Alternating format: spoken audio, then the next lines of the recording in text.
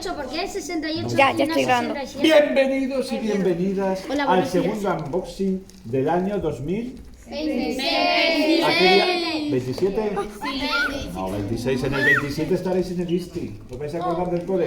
Seguro que no. Yo tampoco de vosotros. Víctor, que se te ve la cabeza. ¿Estamos a qué día? Ah, 29 29. de mayo y abril. ¿Y el lunes qué pasa? Que es el 4 de May the 4th. Be with you. Vale.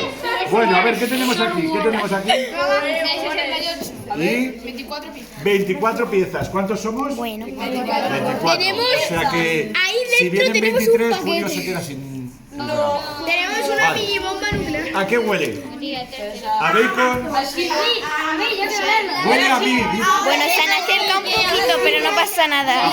Vamos a ver. Vamos a Ojo ver. piojo. Las tiquitiquis. ¿Dónde están las tiquitiquis? Las tiquitiquis. Oh, Lloren. la has perdido. Lo siento, lo siento. Vamos a ver las tiquitiquis. No, por aquí. Profe, te fastidian la sorpresa. Para la camiseta de Star Las Wars. tiquitiquis. Aquí es algo estándar. Sí, te imaginas que son camisetas de Star Wars. Unboxing. Ay, ay, ay. He cortado algo ahí. Madre mía, ¿qué es eso? Algo de Temu, ¿no? Es de... Temo. A ver, el premio del 10. ¿Quién tiene 10 puntos? Nadie.